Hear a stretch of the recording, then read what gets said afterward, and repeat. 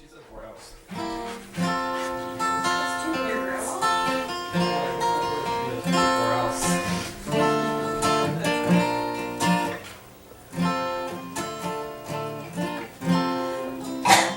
Alright, here we go.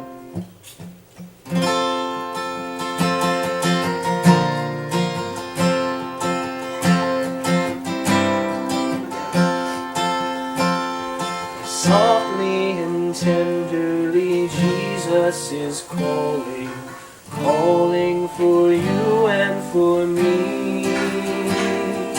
See on the portals he's watching and waiting, watching for you and for me. Come home, ye who are weary, come home.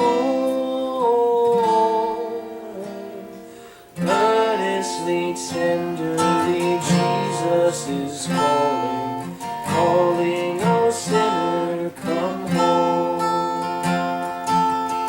Anybody? No? Alright. Well, let's do the first verse again. You can get a tune a little bit better. And I'll sing the lyrics correctly this time. Alright, here we go. Softly and tenderly, Jesus is calling, calling for you and for me. See on the portals he's waiting and watching, watching for you and for me. Come home, ye who are weary, come home. Earnestly, tenderly, Jesus is calling, calling, oh sinner, come home. Why should we tarry when Jesus is pleading, pleading for you and for me? Why should we linger and heed not his mercies, mercies for you and for me? Come home, ye who are weary, come home. Earnestly, tenderly, Jesus is calling, calling, oh sinner, come home. Time now is fleeting, the moments are passing, passing from you and from me. Shadows are gathering, deathbeds are coming, coming for you and for me. Come home, ye who are weary, come home. Earnestly, tenderly, Jesus is calling, calling, oh sinner, come home.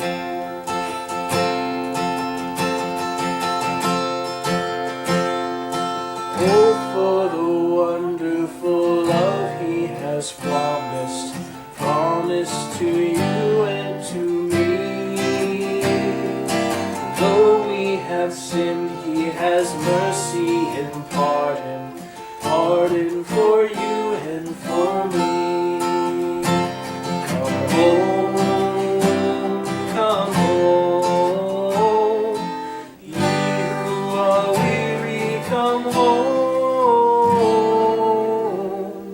Earnestly, tenderly, Jesus is calling, calling, oh sinner, come home. Calling, oh sinner, come home. That sounds a bit like a lullaby. Indeed. Are you trying to put us to sleep, Stephen? Loved it. That's his whole thing. But so he's glad that we want to stay awake, so he's gonna try to It's put us really to sleep. just a plot. He's really just testing our Testing our results. Alright, and you actually noticed correctly, it's a lullaby type song, which was commented on around the time that this was written. Hymns were starting to be written in lullaby format. But it's pretty straightforward, yeah. Softly, tenderly, Jesus is calling, calling for you and for me. See on the portals he's waiting and watching, watching for you and for me. What are the portals? I have no idea. I was about to ask.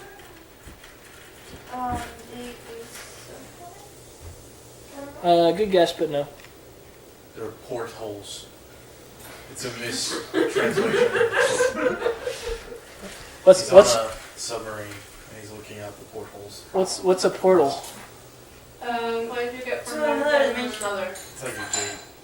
Yeah. That's really good. It's like a gate or a door. Yeah. Yeah.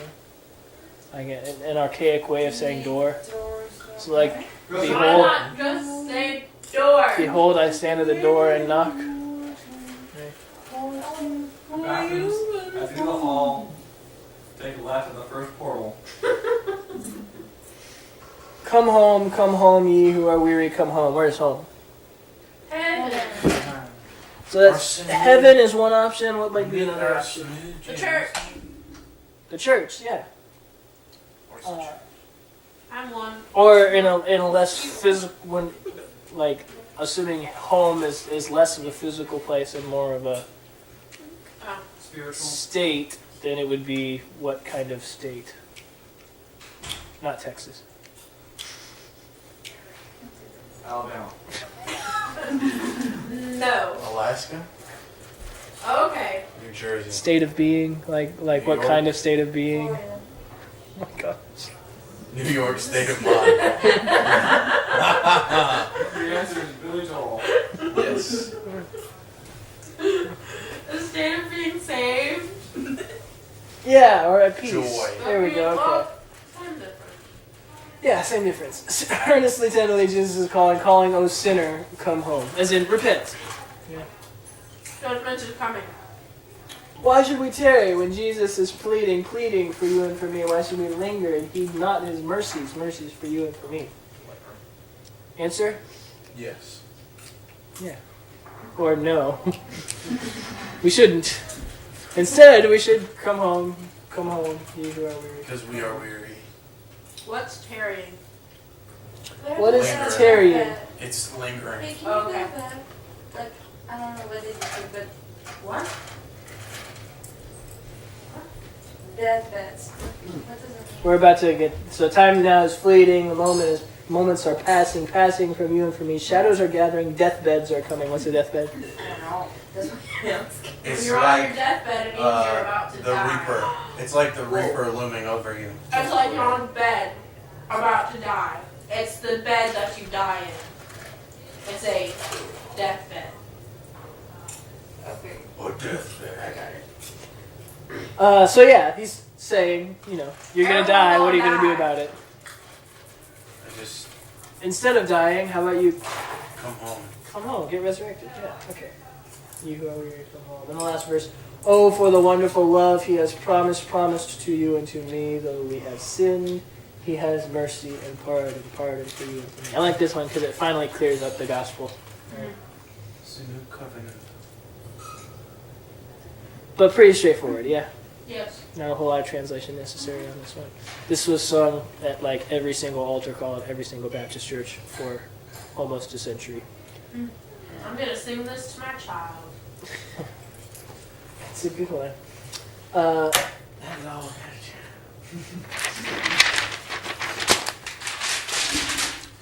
Why? Because why not? Will Thompson was born in Pennsylvania in 1847 and died in New York City in 1909. He attended Mount Union College in Alliance, Ohio, and the New England Conservatory of Music in Boston before continuing his musical studies in Leipzig, Germany. Thompson Wouldn't it began... be Leipzig? What? Wouldn't it be Leipzig? Because if Leipzig? I don't know. That's Because probably right. the second one, like if it's an E and I, then it would be I, and if it's an IE, then it would be E. Sure. Just a question. Okay, sorry, continue. I don't know. It's not. Thompson began composing in his teens, and in addition to hymns, wrote the popular songs "My Home on the Old Ohio" and "Gathering Shells from the Seashore." You guys know those tunes, right?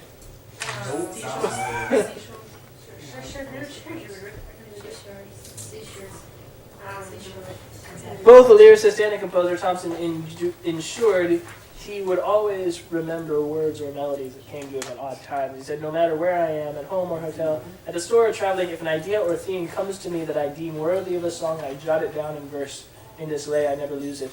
Rebuffed in an early attempt to sell his songs to a commercial publisher, Thompson eventually opened the W.L. Thompson Music Company in East Liverpool.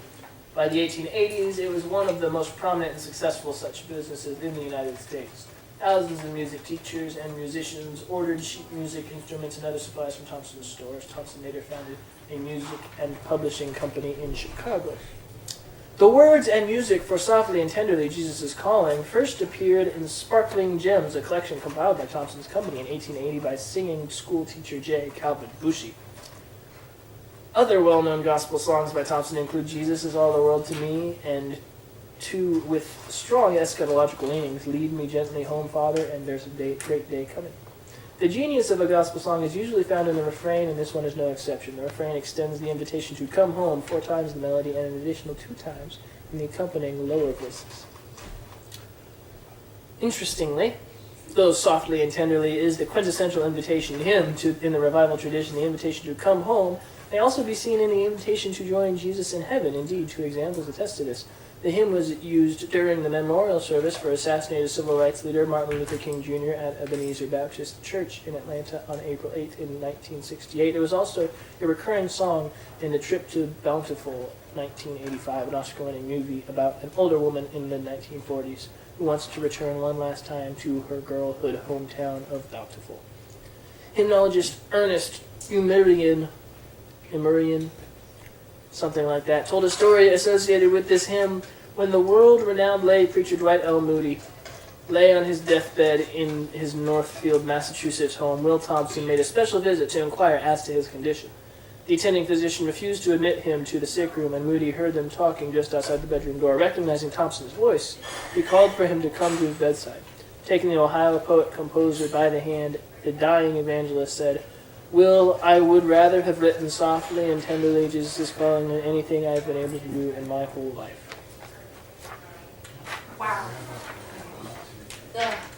Amazing. Can you pass me another one? Anna, Water. Can you pass me another one, please? that's why you don't sit by the fridge. You never go full.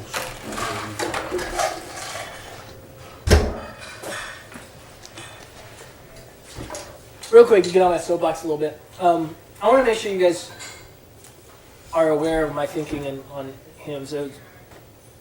I hear it so often when people are discussing the question of hymns or modern music, and it kind of came up a minute ago with the old people service versus the young people service, which usually the difference is music style that's sung. And so I've grown up and inhabited both of those worlds. Like, I know a lot of hymns and I know a lot of modern music, and I've played a lot of hymns and played a lot of modern music. And the two things that I kind of repeat to people often, and things that I hear often repeated, people who are just down on hymns and think that we should just let them go, almost always bring up the fact that hymns are just bar songs that had the lyrics rewritten. You hear that a lot. And it's true that some hymns were tunes that were repurposed from bar songs. For example, "A Mighty Fortress is Our God." "A mighty fortress is our God." That's Martin Luther rewriting the lyrics to a bar song. Sorry? It makes it more interesting. Yeah. There's some other revival hymnists who did the same thing, but that is the vast minority of hymns. I hope what you've realized by us doing this is that the vast majority of hymns were written by hymn writers or poets, and that was like their job, and they actually thought about it. It wasn't just like bar songs, which is how a lot of people who are hoping to put down hymns tend to paint it. The flip side, in favor of the modern music, a lot of people who are just all about hymns and hate the modern stuff talk about how repetitive and self-centered and shallow modern music worship songs are. And what I generally say to that is, have you read a lot of hymns? Because the hymns that we have that we remember are the good ones. But if you flip through a hymnal, there's a whole lot of really crummy, repetitive, shallow, bad hymns that are just not very good songs. It's just that the ones that have survived are the ones worth singing. And the same thing is true of some modern worship songs. There are ones that we'll still be singing in 10, 15 years, and there are a lot that we'll just be forgetting because they're not very good songs. They're shallow, weak, repetitive, don't say a whole lot. So I just want to, I'm hoping that by this you achieve some kind of balance in that whole argument, that you hear those sides a lot, and there's merits to each side, and I would hope that you don't end up on one extreme, like we should just be singing hymns, or we should just be singing modern music. It's like, there's things to be gained from both styles, and there's people writing good music in both genres. People are still writing hymns? Yeah. The Gettys in particular, Keith and Kristen Getty, we sang one by them. What's the one that everyone knows really well? In Christ Alone. In Christ alone, my hope is found. He is my light, my strength. That's a hymn. I mean, it's got generally a hymn is one that has a lot of lyrics. If it does have a chorus, it's a fairly straight refrain that the focus is on the words in the verses that follow some sort of a pattern and common tune. Whereas the modern chorus or worship song, the emphasis will be on the chorus and will be on the bridge, and the main point will be repeated in the bridge and the chorus, as opposed to the main point in hymns is usually repeated in the verses. Anyway, so just my little soapbox. I heard it like 2 or 3 more times this past week. I was like, We only call it the old person service because a lot of the younger people are in Sunday schools or just don't really go. gotcha. So Wait, it's and not- yeah, that wasn't a slight on you guys calling it the old person service. Yeah. I get it. That actually wasn't what I was thinking of when I said it came up 2 or 3 times this week. It was other things that brought it up. So anyway, so yeah, hopefully when somebody says, "Oh, hymns are just repurposed bar songs," you can mention some of the hymn writers that you've been learning about throughout the last year and a half. Yeah. Or that too. Prayer requests? Those are used. So today we're covering the existence of God, the 4 main or classical arguments. Before we do that, quick recap. What have we covered so far in apologetics? Shame.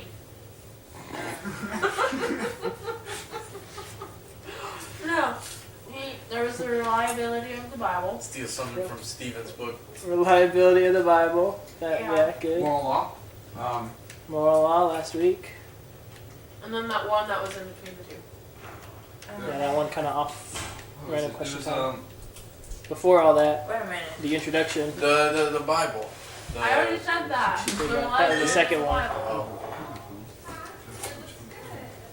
It was just introductory stuff. What is Oh. apologetics? Why do we do it? Presuppositionalism versus evidentialism. Alright, yeah, that. And so now we're getting into arguments for the existence of God. And in particular, this is where we really start lining up the presuppositionalists. and teleological argument, that's what it was. yeah, and so we'll actually cover it the way I was going to present it today. Since we've already seen it, we'll be able to go through it fairly quickly. Oh, I did. Tyler's Sunday mornings is doing, an apologetic He's going. series, and he said some stuff specifically about evolution. Well, Okay. didn't you just say that you're just mixed up micro and macro evolution? Well, he seems to believe that you can believe in both evolution because he presented the view of the longer or the Older. creation. How that was translated and say God could have created the earth through macroevolution, which he actually said macroevolution, which is he mixed up macroevolution. Okay. So So it was just, and they started talking about dinosaurs as well. And I know, well,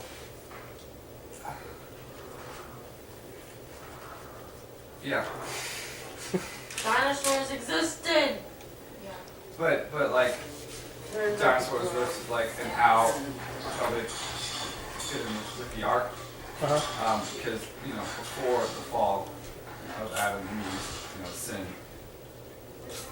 animals didn't kill each other, correct? Or is that It's thought that is probable. Okay. It doesn't say it anywhere, so we don't know. right? That makes sense. So that it seems prior like to that would death kind of- entering into the earth, that there was no killing of So it seems like the existence of dinosaurs would kind of contradict what. I mean, if there was like animals like lions and tigers and bears. Yeah. Oh my. Yeah. So I mean, those are other than bears. I'll give you my view. I think that dinosaurs did exist at creation. God created, I think, dinosaurs, and the vast majority of them died in the flood. And I actually think there might be a case to be made that the Nephilim were dinosaurs. It's that word just means giants or the fallen ones. There's literally Nephilim. Nafal is the verb to fall. So sometimes it's translated giants, sometimes it's translated demons, sometimes it's just left Nephilim, sometimes it's translated the fallen. It's a real big question as to what are those things, the Nephilim, because it just says the Nephilim were on the earth in those days. So I think it might be a reference to dinosaurs, and in particular a reference to their brutality and yeah. So I do think that the flood actually is a good explanation for what killed the dinosaurs and where they go. And as for what about predatorial animals prior to the fall, I think it makes perfect sense that predatory animals such as lions and bears and sorts of things and meeting dinosaurs were non-carnivorous prior to the fall and became carnivorous after the fall. Because that's the picture that we have in the New Earth is repeatedly talked about. The lion will lay down with the lamb. There will be no more death, pain, tears, and I think there's a point where it talks about the bear will retract its claws and sleep, and I forget exactly.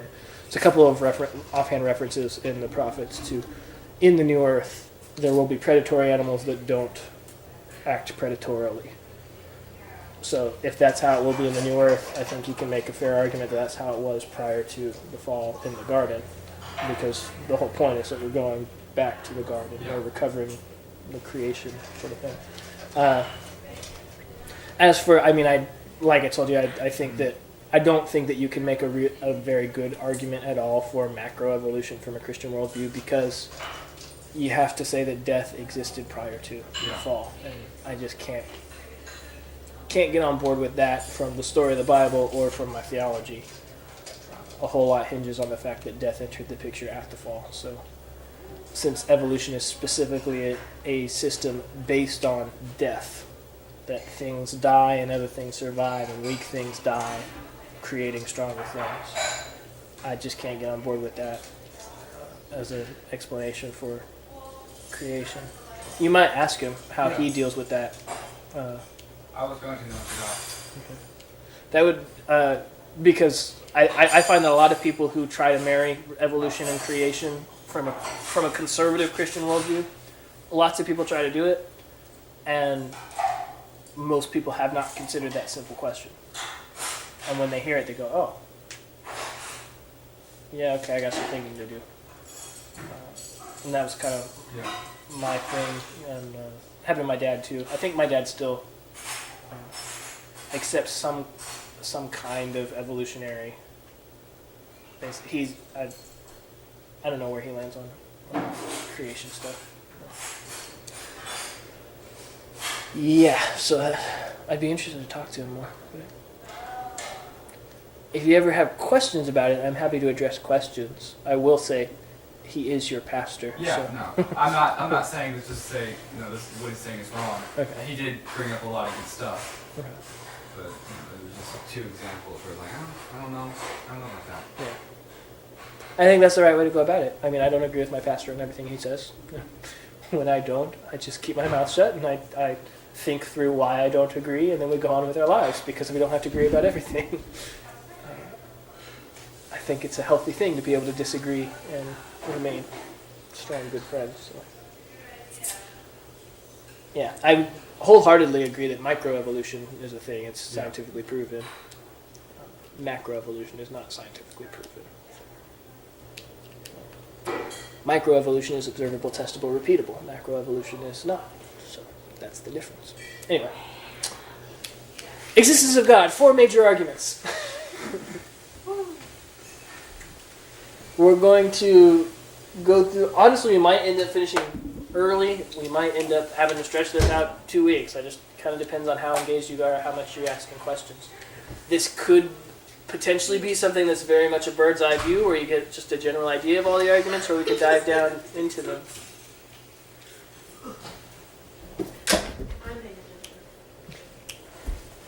But before we get into the arguments for the existence of God, the main thing I want to reiterate is that using the classical arguments and the evidentialist kind of argument are not wrong as long as your goals and the point that you're making and what you're trying to do with your apologetics is properly motivated. And so what's the point of apologetics again? To be so gracious and you're explaining that they're wrong, that they feel shamed. After affirming that it's Christ who saved you, and then presenting a defense for your faith. Presenting a defense for your faith. What specifically?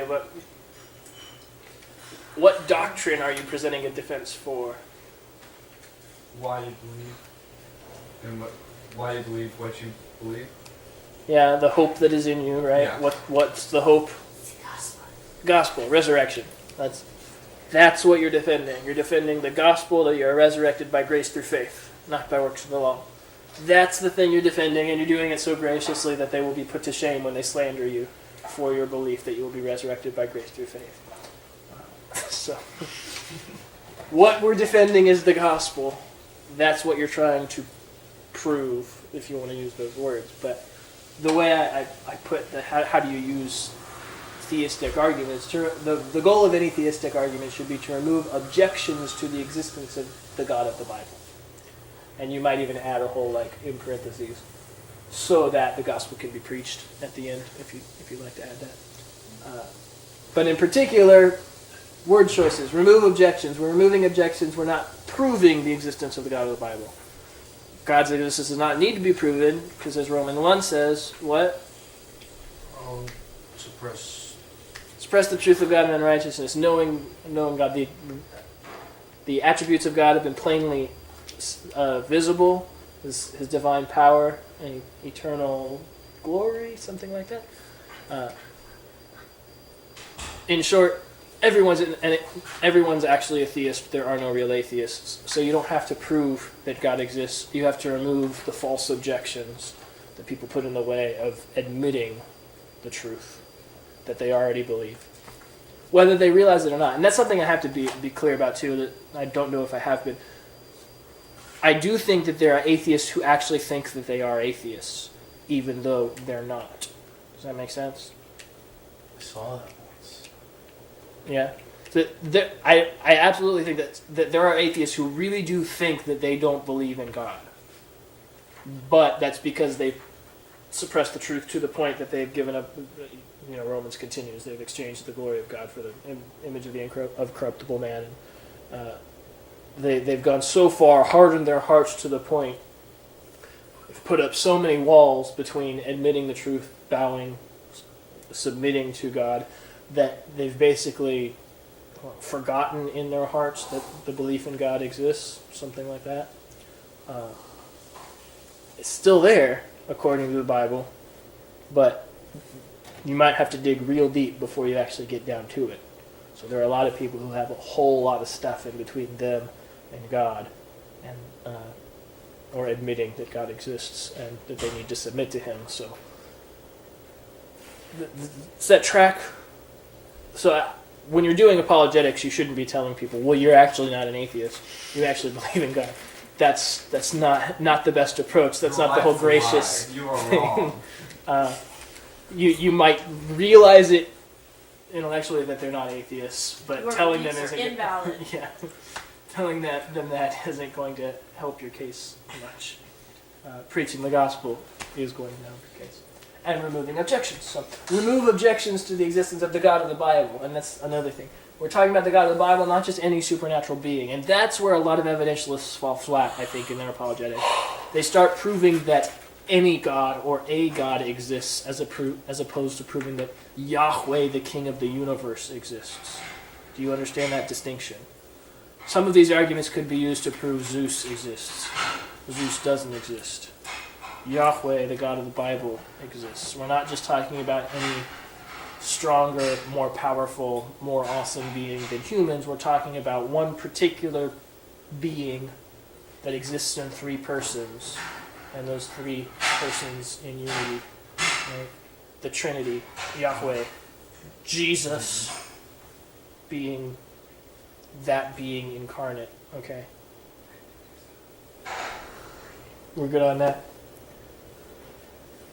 And I will say, as we get to some of these arguments, I don't think that they achieve that second goal. They don't remove objections to the God. They remove objections to the God of the Bible, but they don't go far enough in showing what they're arguing for is the God of the Bible.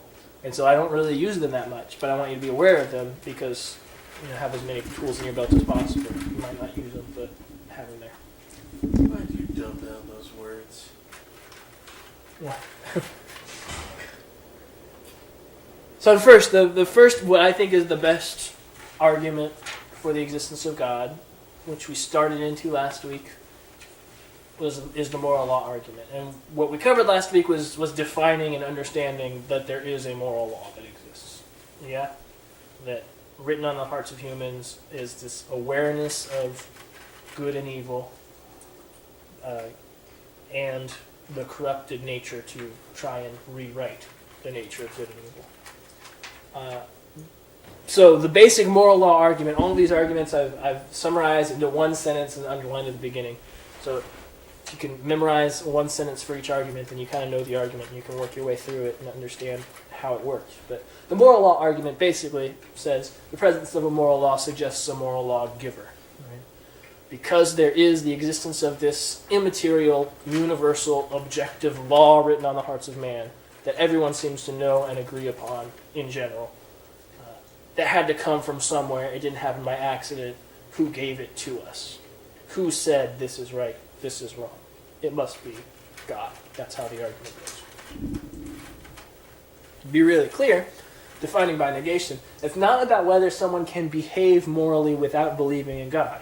Obviously, they can. There are atheists all around the world who give generously, like Bill Gates. This is a big atheist, secular Samaritan charity trying to be good and charitable without religion. And so the second richest person in the world donated over $26 billion to charity. Bill Gates is good without God, are you? So trying to promote altruism and atheism. Definitely people can do morally good things without believing in God. They're still sinners, corrupted in nature, slaves to sin until set free by Jesus Christ. Yet they are able to do things that are good. Those good things won't save them. You with me? So that's not what the argument's saying. It's not saying that you have to believe that God exists in order to do good things, which is how it often gets adulterated or answered by atheists. So you're saying that because I don't believe in God, I can't understand morality. It's not about whether or not moral behavior can be defined without reference to God. Definitely, you can say what are good things to do and what are bad things to do without directly saying God said. Right? We can all agree, and if there were atheists in the room, they would probably agree raping someone is wrong. Okay, you didn't have to appeal to God to understand that raping someone is wrong. He gave the moral law. The moral law exists, and is a reflection of his character, but it is not him himself. So, makes sense. So you can understand and recognize the moral law without recognizing who gave the moral law. That doesn't negate the fact that someone did give it. With me. All of these are going to be, I'm going to be just asking to make sure you're with me. Don't just nod your heads out of reaction. Like, actually be thinking, yes, okay, I'm with you. Okay. All right. Those are the two clarifications. The primary text for this is Romans 1 and 2. We looked at that 2-3 weeks ago in depth with the whole know the truth of God, suppress it in unrighteousness, exchange the image of the incorruptible with corruptible flesh, etc.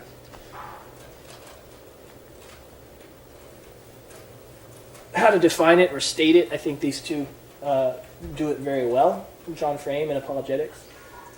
If obligations arise from personal relationships, then absolute obligations must arise from our relationships with an absolute person.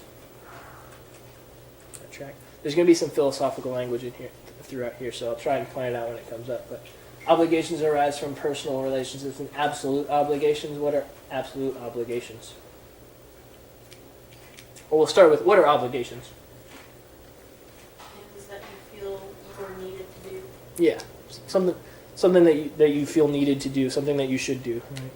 You feel like, oh, I should do this. I'm obligated to go to my grandmother's house for Christmas when we're having it because that's just how family works, right? Obligations arise from personal relationships. Going to your grandmother's house because she's your grandmother. It would be rude.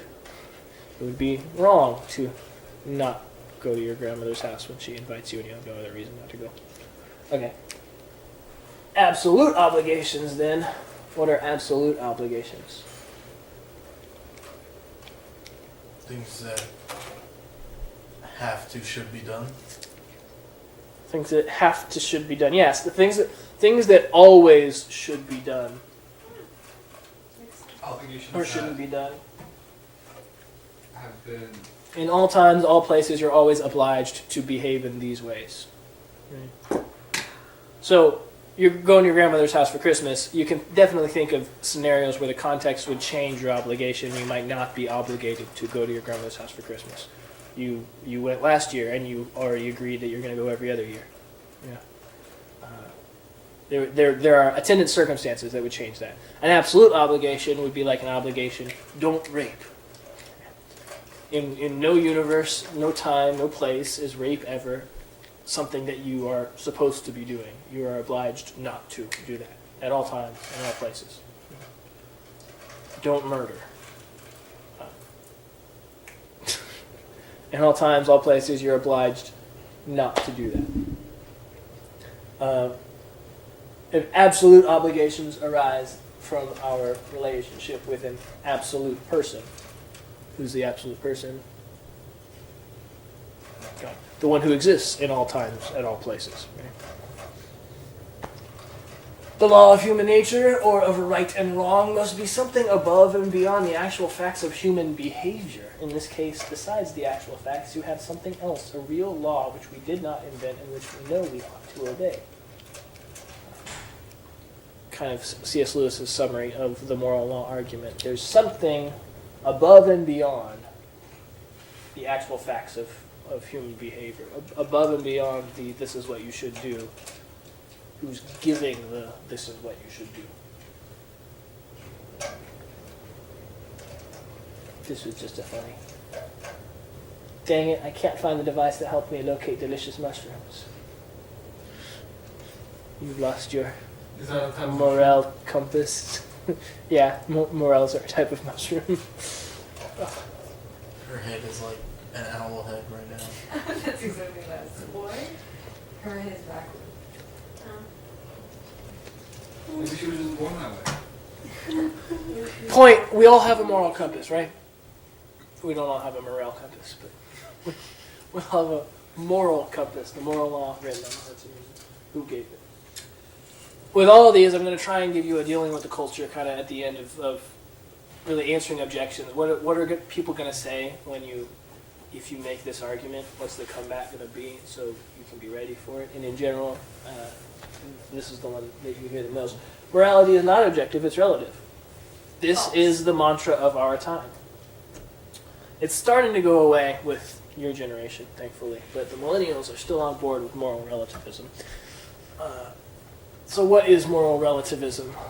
Whatever is like morally correct for you. Yeah. Like Time it is- varies person to person.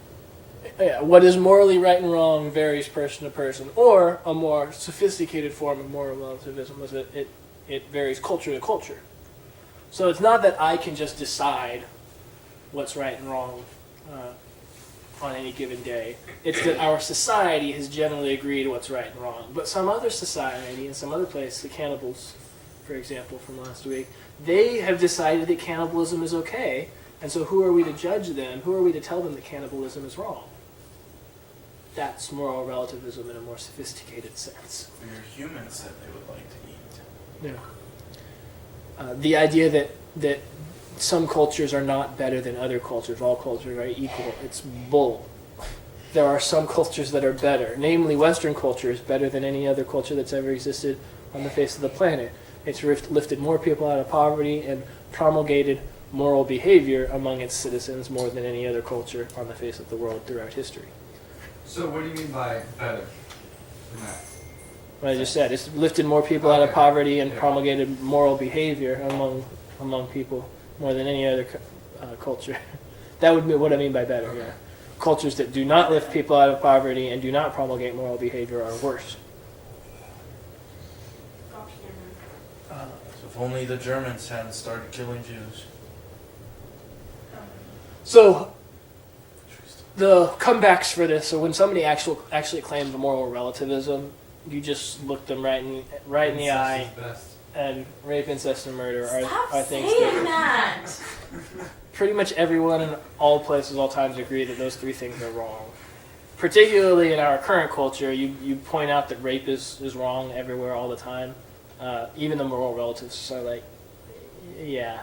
That's why I bring it up quite often, because that's the one that, like, Hollywood today, with the Me Too movement, you can at least use that as your starting point of like, look, we agree that there are some moral absolutes that we shouldn't be raping each other, right? Therefore, rape Yes. culture does not exist.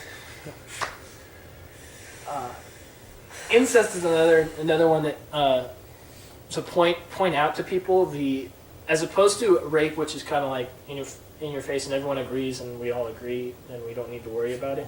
Incest is one that people don't really understand why they agree as much.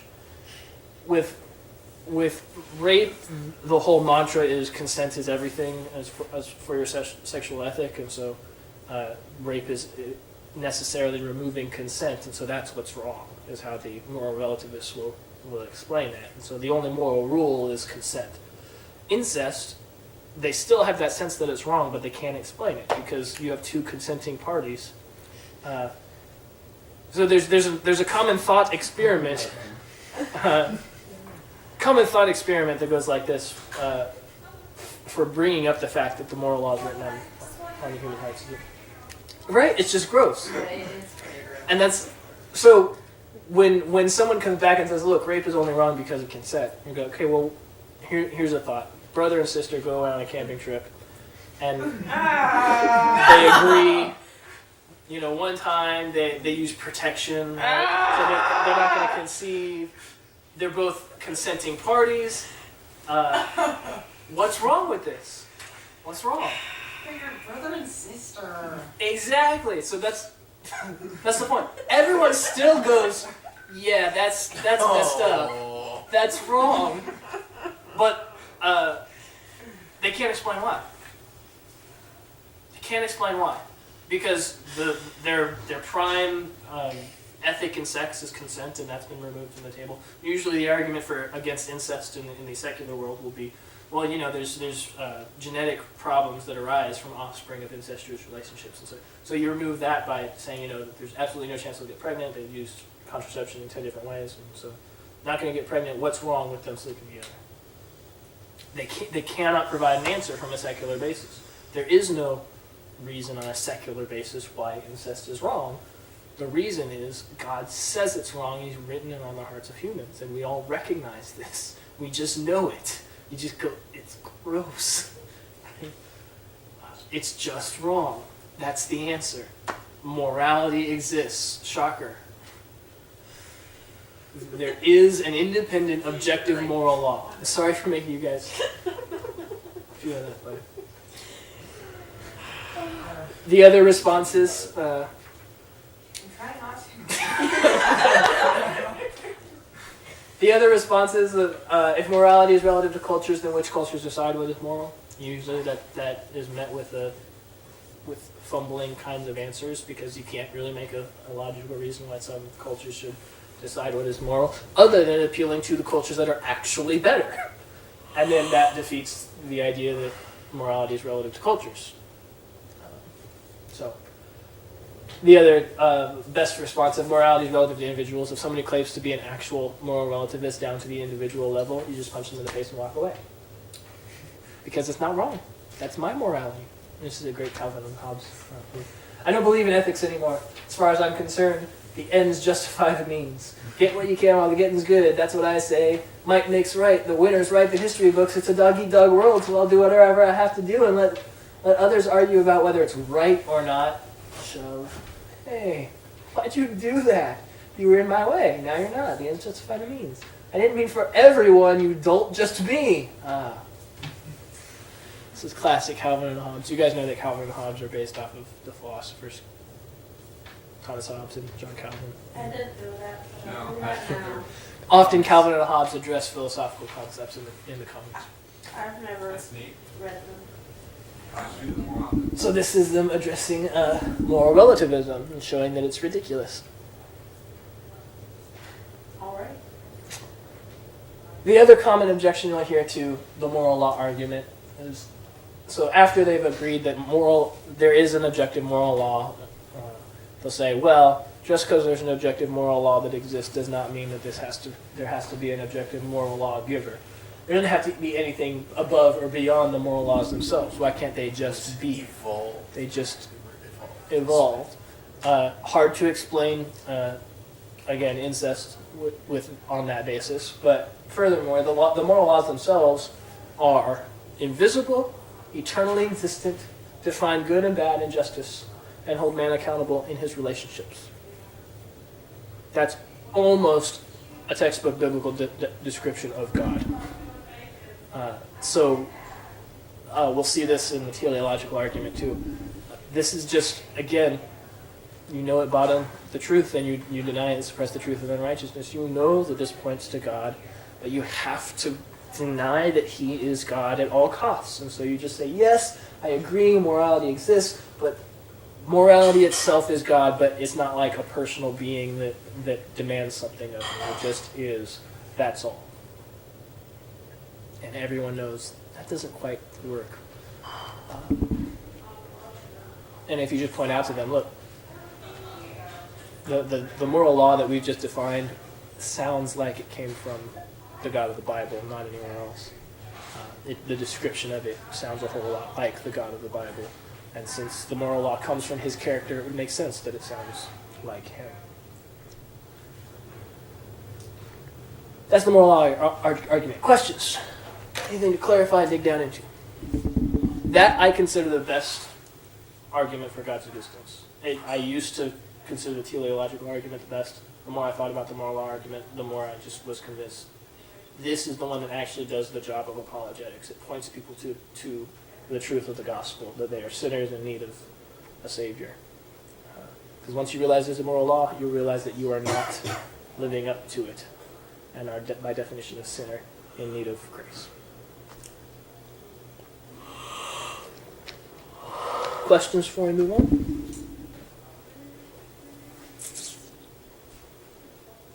The teleological argument. We covered this in our random questioning kind of time. The presence of a design in the universe suggests a designer. It's kind of the way you would summarize it. Telos means purpose or completeness or end or finish. This is what Jesus said on the cross, tetelestai, it is finished. It is complete. Telos, there in the middle of the word. Also known as the fine-tuning argument or the watchmaker analogy or intelligent design. There's a whole bunch of different names that this argument goes by. an important note in understanding the teleological argument is that the world is designed, and it implies a designer, but the design has been cursed. It is fallen. You get to Genesis 3, and God says to the woman, pain and childbearing, I think that's a terrible translation. To the man, he says, cursed is the ground because of you. In toil you shall eat of it, thorns and thistles you will yield all the days of your life and eat bread. The ground is what got cursed, not man. And the serpent, the two things that got cursed in the fall were the serpent and the ground, not man and woman. Okay? So the fact that we're living in a cursed but designed world would imply that the design would appear to be flawed in some ways, since it is under a curse. Curses are generally bad things that work against something's design, which becomes important later when we're engaging with culture on it. Primary text for this would be Psalm 8, 3-4. So you want to look that up for me?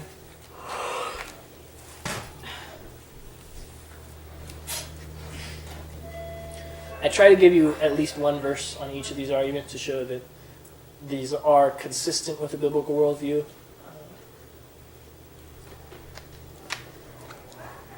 While they do not come directly from the Bible. Should be the heavens declare. When I look at the heavens which your fingers made, and see, wait, it was 8. Yeah, 3, 4. Which your fingers made, and see the moon and the stars which you set in place, of what importance is the human race that you should notice them? Of what importance is mankind that you should pay attention to them? Who is man that you are mindful? That's how the older translations put it.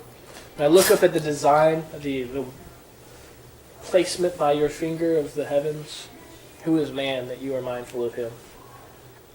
So it does the job of apologetics. It states design and then preaches the gospel, right?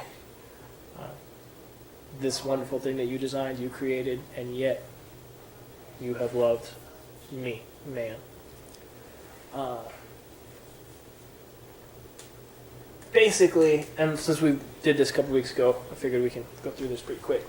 Teleological argument says presence of design in the universe suggests a designer. Examples of design, things that you can kind of point to when somebody asks, what do you think is design? Things like the solar system, DNA, photosynthesis, simple biology. If you look at the complex systems in our bodies and how they work together, the circulatory system, the respiratory system, skin, muscles, skeleton, all working together to create movement, speech, thought, etc. These things do not appear to have come about by chance. They seem to be complex design systems. And we talked about the watchmaker analogy.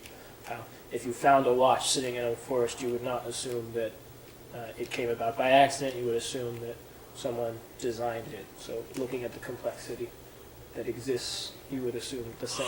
In particular, one that I like to point out is laws of logic. If you're arguing with somebody who knows their philosophy at all, they will be well acquainted with the laws of logic. And we've talked about the laws of logic in here before. The law of non-contradiction, two opposite things can't both be true in the same way at the same time. The law of identity, that A equals A. A thing is a thing. These laws make sense. They are coherent. They have a design to them, and yet they are immaterial and eternal and exist in some metaphysical sense. This is one of the ways that you can appeal not only to physical design, but metaphysical design or spiritual design. Things that exist in a non-physical reality, but still objectively are there and are designed. Does that track?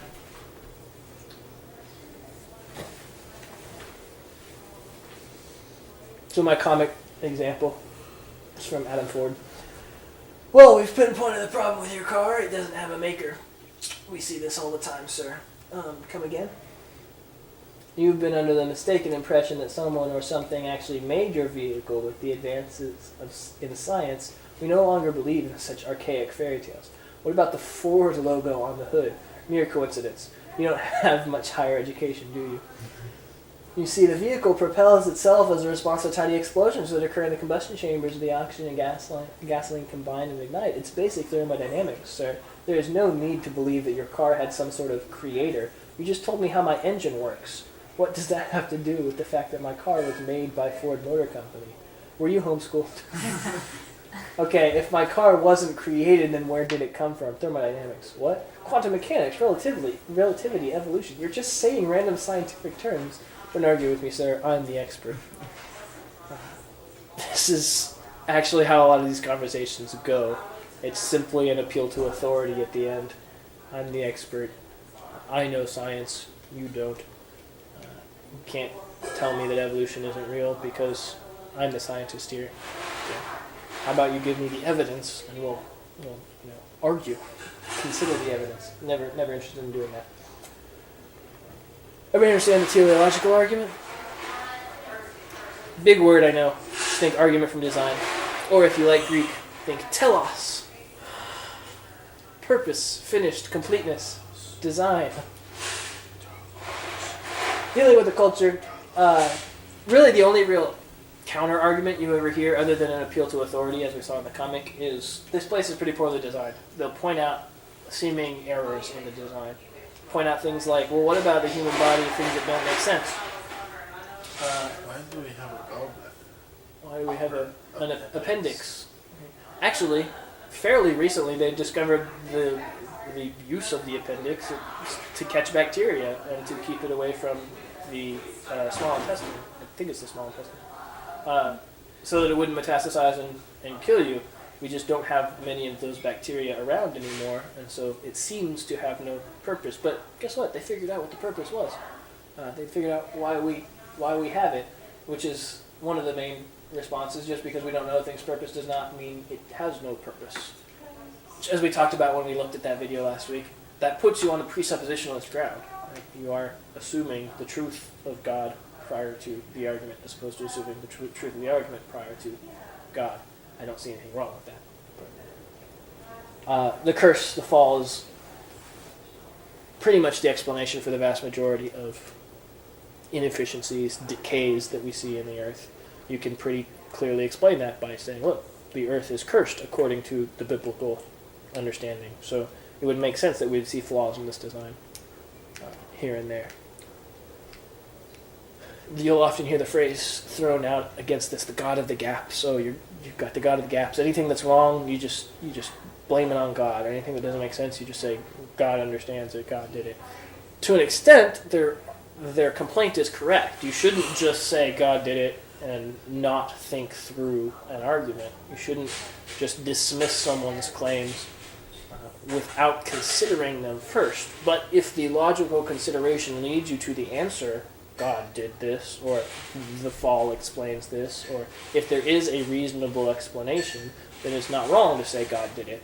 You just have to take the steps. So, I follow.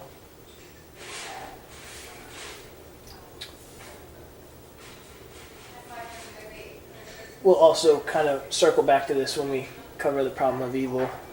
We might start into the problem of evil next week. We'll finish up the existence of God arguments next week and then start into the problem of evil. So. Cosmological arguments. So getting into ones that you guys maybe haven't heard before. Simply stated, it's all effects have a cause. The universe's cause is God. Okay. Basics of cause and effect relationships. Cosmological comes from the world, so it's a question of the world. Where did the world come from? What is the world's cause, basically? Also known as the unmoved mover, the uncaused cause, the necessary being arguments. This goes back to Aquinas. If you guys know the name Aquinas, famous theologian from the 1100s about. Summa Theologica wrote one of the first systematic theologies in the church. And he specifically talked about the idea of the infinite regress. So think with me, cause and effect. The dominoes analogy is a good one.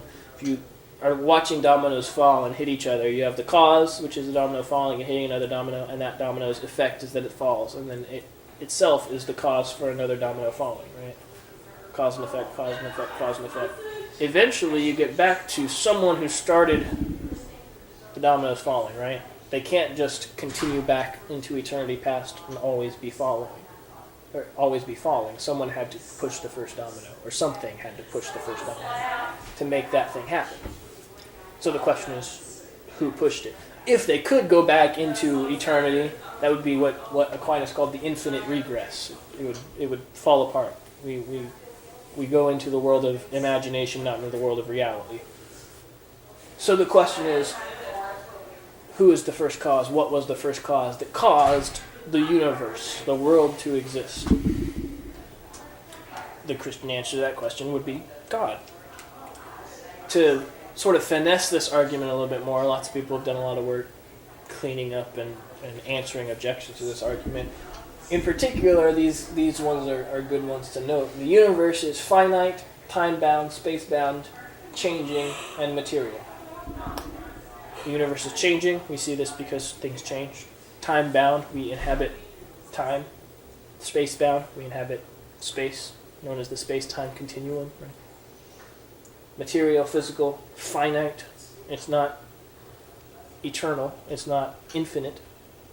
So whatever caused this finite, time-bound, space-bound, changing material universe must be independent of those factors. Right? Does that track with you guys?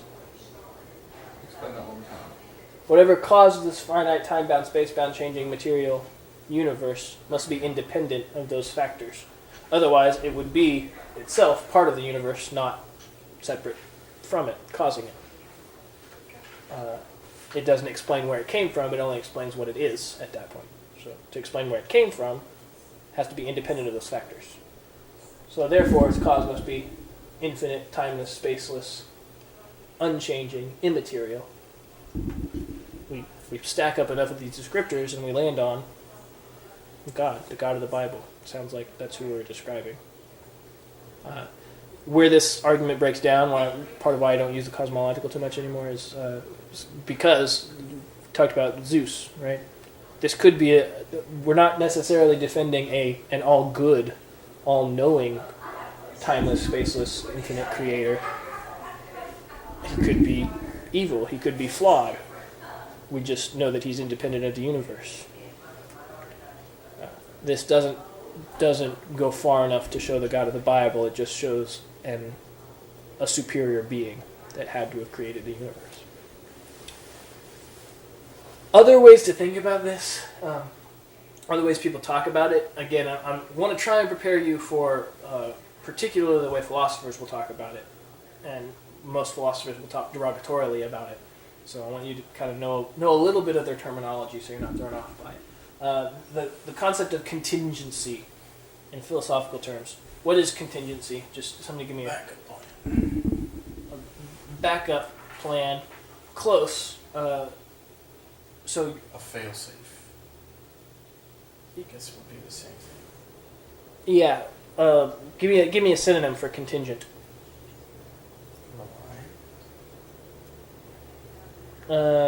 Reliant, pretty good. Dependent is what I would say. Like your backup plan is it's a contingency. It's a backup plan because it depends on what happens, right? It's contingent on certain things happening, so you go to your backup plan. The idea of contingency in the universe being, imagine a stack of books, right? Okay. For this book to be sitting where it is in space, but 2 inches above the tabletop, what has to be underneath it? 2 inch boat. The other book, right?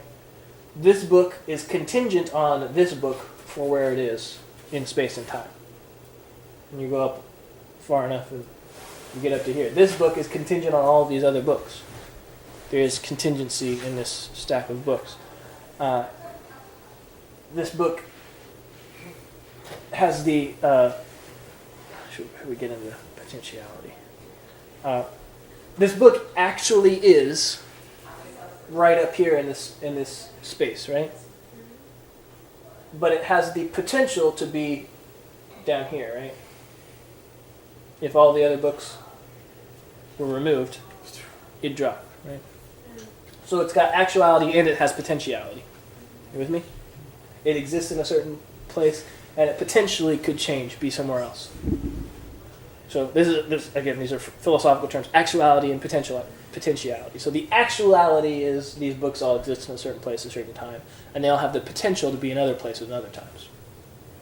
Right? They also have contingency. God, by definition in the philosophical terms, is sheer actuality without potentiality.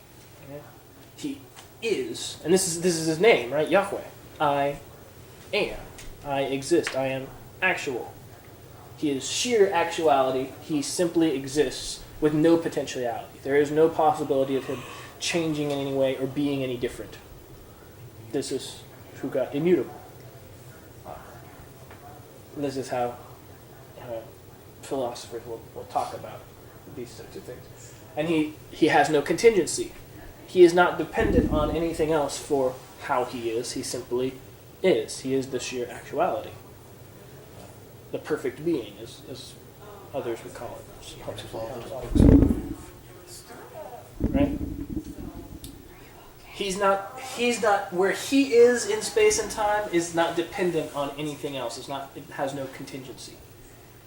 That's one of the ways that the cosmological argument is explained is the universe is a contingent reality. Contingent on what? On the sheer actuality, God. Starting to get the glazes. So, when I first heard those terms, I was like, the way you're using those words makes no sense.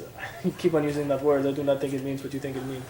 And then I started to understand it and reading more philosophy. So I kind of want to just get your toes wet in case the more examples you give, the more I understand. Firms up. Yeah. The dominoes analogy is another good one, right? They all have potentiality to be somewhere else. They are contingent on other dominoes for how they fell, and they have actuality for where they are. Primary text would be Genesis 1:1 for the cosmological argument. In the beginning, God created the heavens and the earth. That's another way of saying that the universe's cause is God. It's kind of the first thing the Bible addresses. Is this question. Dealing with the culture. One of the big comebacks you'll hear about the cosmological argument is your argument is self-defeating. Look, if all things must be caused, and you go back far enough, there has to be some initial cause, then the logical next question is, what caused God? So you say he's independent. Exactly. So the response to this is, you've misunderstood the definition of God. The whole point is that God is sheer actuality with no potentiality. He is not contingent. He needs no cause. That's the whole point. We're looking for an uncaused cause, an unmoved mover. Something that by definition starts it all. That's the whole point of defining God in this way. And how do we find out about God and how he is this way? We'll read that book. The other often comeback you'll hear about the cosmological argument is God's not necessary. The Big Bang explains where everything came from. Unfortunately, the Big Bang does not efficiently explain, because the Big Bang, simply stated, is nothing existed which exploded. That is logically inconsistent. If nothing existed, it can't explode. What caused it to explode? There must be some extra catalyst in this equation. So sure, if you want to say the Big Bang is the root of the universe, go for it, but you haven't solved the problem. You haven't given us an uncaused cause. You've given us another cause for which the cause must be ascertained. Does that track?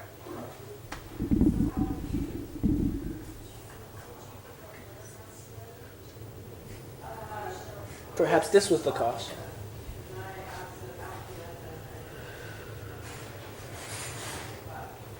I find this very funny. 13 billion years ago, a few seconds before the creation of our universe. All set. Let's fire up this Large Hadron Particle Collider and see what happens. So perhaps this was the cause.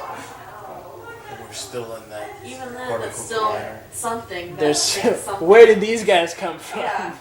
Where's the box? Why haven't we found the box yet? Yeah. Well, I Or mean, the outer limits? yeah. Oh. I see what you're saying. Why haven't our satellites hit? Found the Large Hadron Two. Particle Collider. So that's a cosmological argument, or first cause argument. Uncaused cause. If you need to remember, I remember that one easily because cosmological, even though the word actually is cosmos, it sounds a whole lot like the word cause. So it sticks. The last one is the one that will definitely put you to sleep. It's called the ontological argument. This one I love, but it drives people insane because it makes very little sense unless you're really into philosophy and Not logic. to be confused with the ontology. I don't know what oncological is. Neither do I. Oh, you're talking about oncology? I think so. Not sure. So here's the ontological argument stated simply. The idea of a perfect being suggests the existence of a perfect being. What? So in order for there to be an idea of something, there has to be an existence of. In order for there to be the idea of a perfect being, Yeah. there has to be that perfect being. So, if I were to say,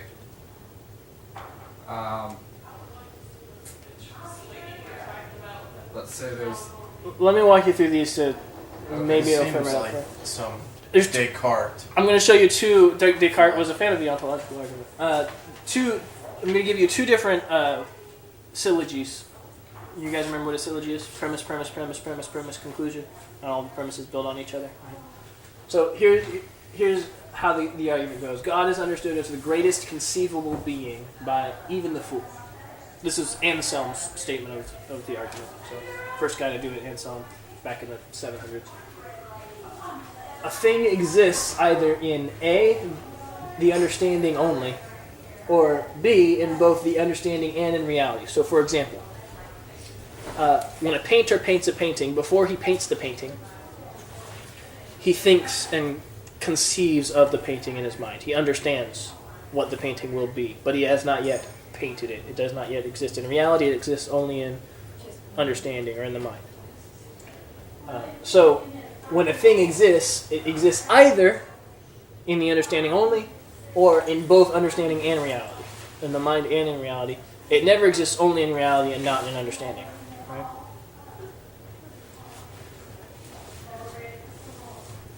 It is greater to exist in reality than to exist merely in understanding. Existence in both realms would be greater or better or more perfect than to exist only in the realm of understanding. You agree with that premise? If God exists merely in understanding, then God is not the greatest possible being, since the being that existed in reality would be greater. But God is, by definition, the greatest possible being, therefore God exists not merely in understanding, but in reality as well. Okay. In both That's reality and funny. understanding. That's a funny argument. Yeah. It's completely internally consistent. If all of the premises are accepted, then the conclusion is irrefutable. So, the third premise. The third premise. That's really where it all hinges. The fact that something existing in both understanding and reality is greater than something just Yeah. existing in. Where most people will try to pick it apart would be premise 3 and premise 1. That not all recognize or conceive of God as the greatest possible being. That he is not understood and therefore does not exist in either understanding or reality. That would be the counter argument. We'll give a couple more to the simpler statements of it down through the ages. God has all perfections. Necessary existence is a perfection, therefore God necessarily exists, or exists necessarily. Necessary existence would be the idea of existence itself.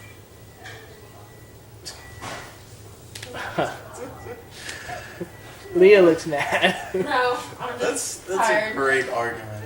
Yes, it's completely internally consistent. Both are completely internally consistent. If the premises are accepted, the conclusion is irrefutable. And this has caused. It's often referred to as the most frustrating and fascinating of the arguments for God's existence, because there are philosophers who deny the conclusion but accept all the premises, but they can't logically do so. I love it. It comes from the Greek word on, or being, to be, ontological. And we saw his statement of it in the first slide. He didn't actually state it in so many terms, but that was the basic flow of the argument he made. He reasoned it more as a prayer, thinking of Psalm 14:1. Psalm 14:1. So it was as he was meditating on this psalm that the ontological argument occurred to him. So could the same argument be applied to? Fools say to themselves, there is no God. They sin and commit evil deeds. None of them does what is right. Fools say to themselves, there is no God. But the fool understands the God that he is denying. So if he understands it, then he exists either in understanding or in both understanding and reality, since he understands the greatness of God as being greater than all possible other beings. He must exist in reality. That's great. So like the teleological argument could be applied to something material, like water bottle, right? Correct. You know, it has a maker. But can you do like the same kind of thing with this argument, or is it just applying to the existence of God? It only applies to God, because he is the only one that is the greatest possible being. He's the only one that Meets the first number 2. Yeah, the definition of the first premise of the greatest conceivable being. There's no such thing as the greatest conceivable anything else. There's a video that William Lane Except Craig if put you out. think of something that would be the greatest, and that doesn't actually exist in reality. And I have an idea of the flying spaghetti monster. You guys have heard of flying spaghetti monster, satirical religion. It's this guy made up this satirical religion to make fun of Christians, saying, "Look, you believe in some invisible being in the sky. I believe in an invisible being in the sky too. He's a spaghetti monster. His noodly tendrils control and hold us down to the earth. It's not gravity. It's this." The problem with the flying spaghetti monster and other non-gods is they are not perfect beings, according to their own self-definition. I'm going to show you the William Lane Craig video. I have a few problems with it, and they relate to the evidentialism versus the presuppositionalism approach. So there's some things that he gets to at the end where I'm just like, you didn't need to say that, and you kind of undercut yourself, but I'll go ahead and show it to you because it helps to understand the ontological argument pretty well. Is it the Christopher Hitchens debate? No. No, it's an actual video on the ontological argument. That was a sad debate. It really was. Christopher Hitchens was just like... He was just drunk. I don't know. I just want you all to be free. Freedom! Sound like you described the movie Braveheart.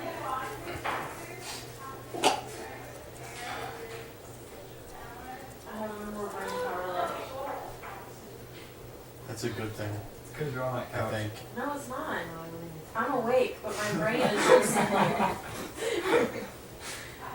I think this might be it. Guys, I have 3 days off. I think. You do? I do. Yeah, that's it. I don't go back to work until Thursday. Nice. Oh my goodness. It's fantastic. I feel so free. Almost like Christopher Hitchens. In the year 1078, a Except monk not. named Anselm of Canterbury astonished the world by arguing that if it is even possible that God exists, then it follows logically that God does exist. Anselm's argument came to be called the ontological I can see how that's just and it has frustrating. sharply divided philosophers. That is ever just since. such The a 19th century simple... German philosopher Arthur Schopenhauer called it a charming joke. But many prominent 20th century philosophers, such as Charles Hartmann, Norman Malcolm, and Alvin Plantinga, think that it's sound. Here it is. God can be defined as a maximally great being. If something were greater than God, then that being would be God. And in order to be maximally great, a maximally great being would have to be all-powerful, all-knowing, and morally perfect in every possible world. Possible worlds are simply ways the world could have been. To say that something exists in a possible world is just to say that if the world were that way, then the thing would have existed. For example, even though unicorns don't exist in the actual world, it seems at least possible that they could have. So we can say that unicorns exist in some possible world. On the other hand, a married bachelor does not exist in any possible world because the idea of a married bachelor is logically incoherent. It couldn't. Does that make sense? Okay. I don't like the idea of possible worlds. That's kind of my problem with it. But it explains the understanding of a maximally great being well enough, so it's fine. But the idea of a logical incoherence of a married bachelor, that's self-contradictory, right? Can't exist. It's like a blue idea. Well, Possibly exist. So if it is possible that a maximally great being exists, then we can say that he exists in some possible world. But wait, a maximally great being would not really be maximally great if it existed in only some possible worlds. To be maximally great, it has to be all-powerful, all-knowing, and morally perfect in every possible world. So think about it. If a maximally great being exists in any possible world, then it exists in every possible world. And if it exists in every possible world, then it exists in the actual world.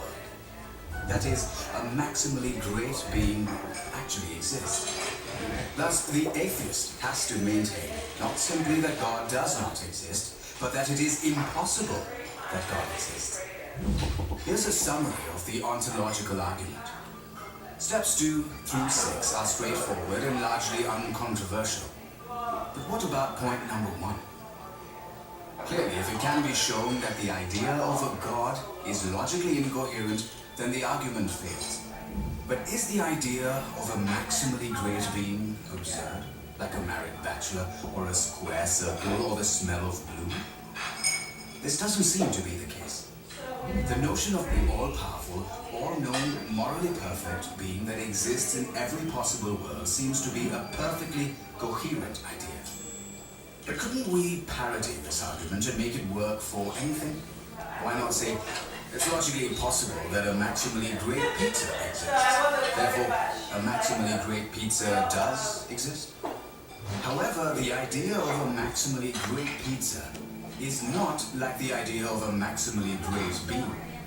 In the first place, there aren't intrinsic maximal values that make pizzas great.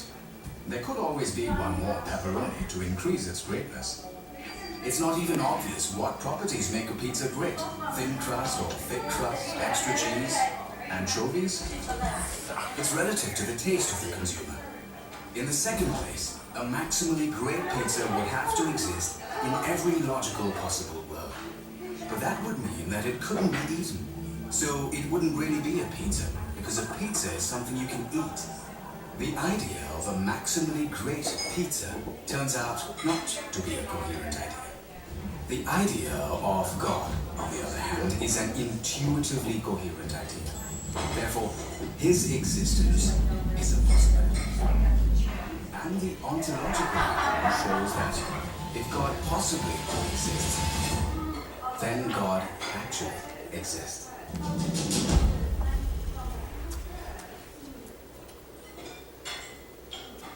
That's fantastic. So the main reason I bothered showing you that was to illustrate the logical incoherence of pointing out any other maximally great thing. So the argument, like we just stated, like it would fail if the definition of God was if it didn't exist in every possible. Yeah, and that's part of why I didn't want to show you in the video. I don't like the idea of possible worlds and could have existed in possible worlds because there are no possible worlds. There's only the actual world. I think it's better to state the argument in this way. He is intelligible. Perfect, but it only applies to God because he is the only perfect being conceived of, or at least universally conceived of, understood. That is both Intelligible. understood and in reality. I think the idea of possible worlds leads you down a bad philosophical path. So could we, for the sake of kind of trying to understand how the argument is structured, take something else and try to plug it into the definition you have there and see where it fails? Yeah, the problem is there's nothing else you can plug into the first part of the... There's nothing else you can plug into point one of this statement of the argument. That's part of why I like it. The greatest conceivable being. Because we don't have any other perfect Yeah. examples.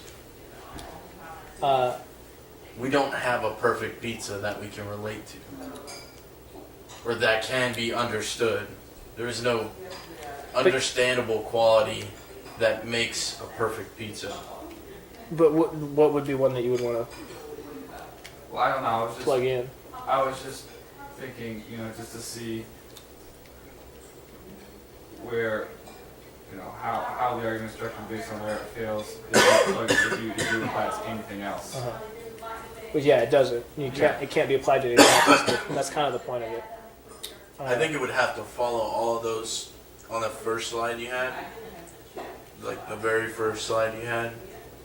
Where This it's one. all powerful, all knowing. Yeah. It would have to follow all those things. So you find something that follows all those things, then you can plug it in.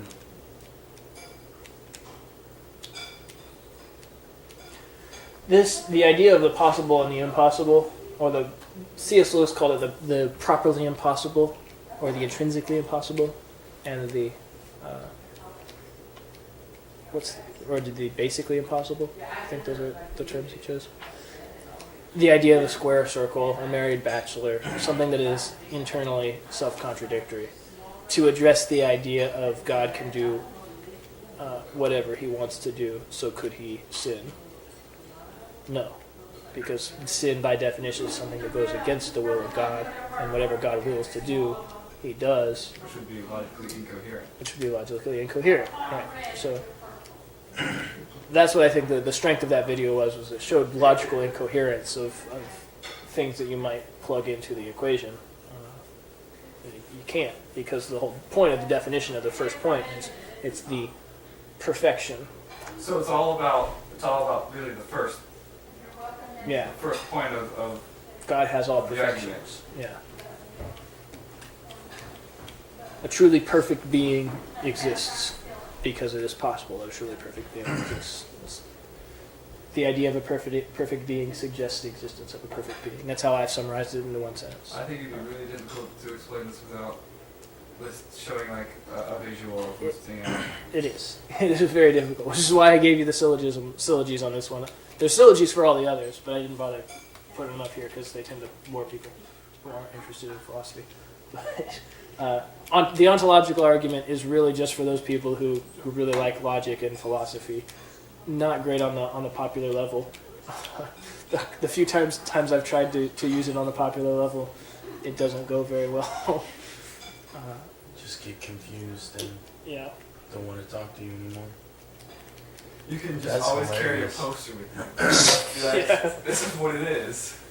Have a small So dry next erase week board in your back pocket. Yeah. Here.